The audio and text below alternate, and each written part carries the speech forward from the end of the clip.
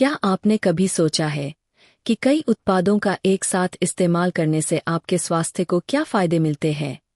इस video post के जरिए हम 5 खास उत्पादों के इस्तेमाल के नतीजों पर गौर करेंगे।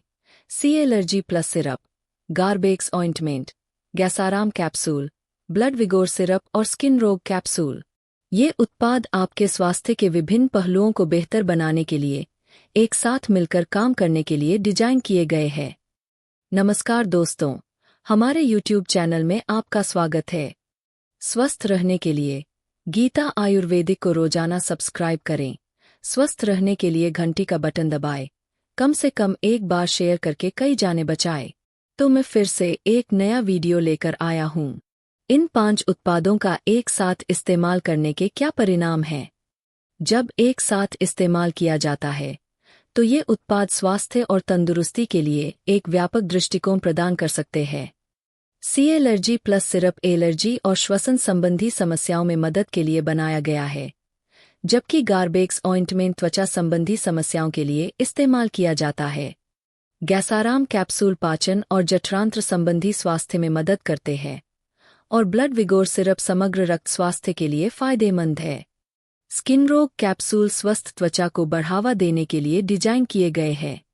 इनका इस्तेमाल क्यों किया जाता है?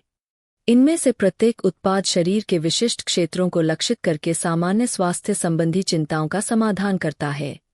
एक साथ उपयोग करने पर व्यक्ति स्वास्थ्य के प्रति एक समग्र दृष्टिकोण का अनुभव कर सकते हैं, जो एक साथ कई प्रणालियों को लक्षित करता है। इससे समग्र स्वास्थ्य और तंदुरुस्ती में सुधार हो सकता है। इन दवाओं का उपयोग कौन कर सकता है? ये उत्पाद आमतौर पर वयस्कों के लिए सुरक्षित होते हैं, लेकिन किसी भी नए पूरक को शुरू करने से पहले किसी स्वास्थ्य सेवा पेशेवर से परामर्श करना हमेशा उचित होता है।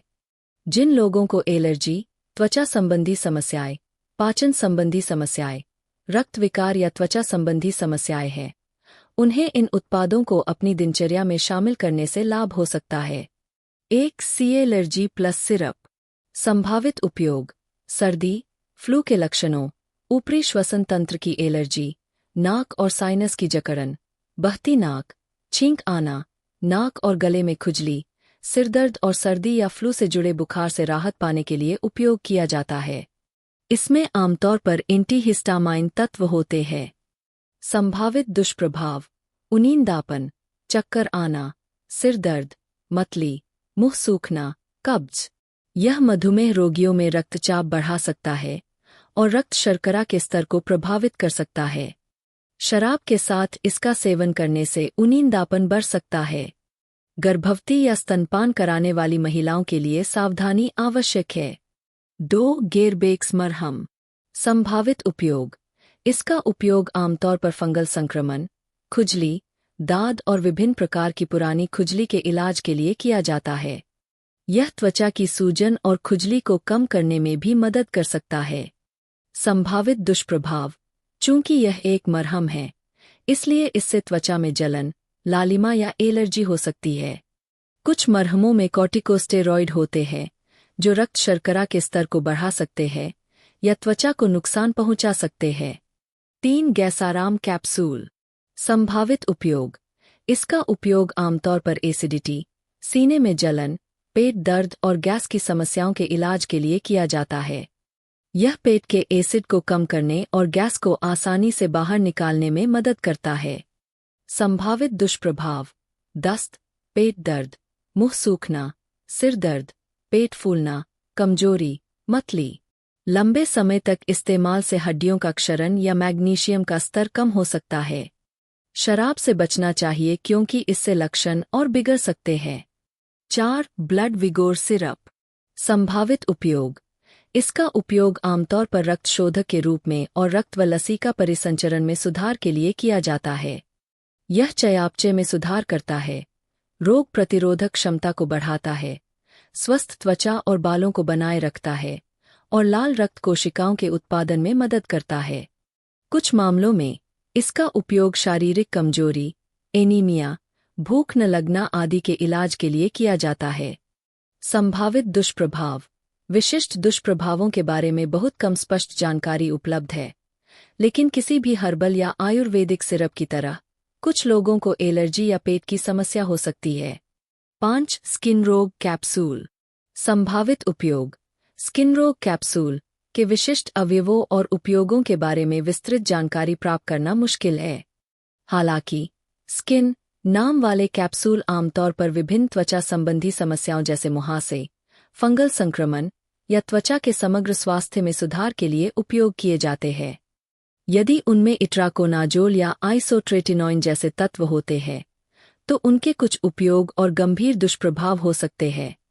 यदि इसमें इट्राकोनाजोल है, इसका उपयोग फंगल संक्रमण के इलाज के लिए किया जाता है और इसके दुष्प्रभावों में नींदापन, चक्कर आना, दस्त, मतली, यकृत की समस्याएं या हृदय गति रुकना शामिल हो सकते हैं। यदि इसमें आइसोट्रेटिनोइन है, इसका उपयोग गंभीर मुहासों के इलाज के लिए किया जाता है और इसके गंभीर दुष्प्रभाव हो सकते हैं, जैसे जन्म दोष, गर्भवती महिलाओं में, यकृत की समस्याएं, अवसाद, शुष्क त्वचा, होंठ, आंखें, मांसपेशियों या जोड़ों में दर्द। महत्वपूर्ण सुझाव। इन 5 उत्पादों का एक साथ उपयोग करने से पहले किसी योग्य चिकित्सक को अपनी स्वास्थ्य स्थिति के बारे में सूचित करना आवश्यक है। चाहे आप वर्तमान में कोई अन्य दवाई ले रहे हों या आपको कोई एलर्जी हो, एक डॉक्टर आपकी जरूरतों के अनुसार आपको सही सलाह दे सकता है और किसी भी संभावित जोखिम का आकलन कर सकता है।